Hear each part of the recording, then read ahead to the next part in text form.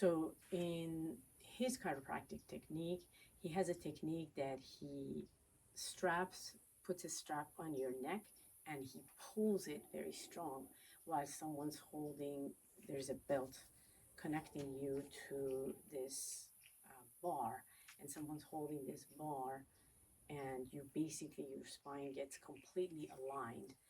And oftentimes people cry or laugh. It's a very profound experience. I actually cried for a few minutes.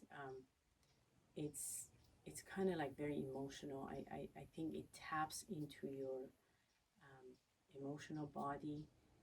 And what other thing we learned, that there's four bodies that every human has: the physical body, the emotional body, the mental body, and the spiritual body.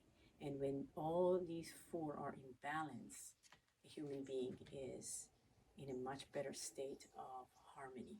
So you need harmony between these four states of human being.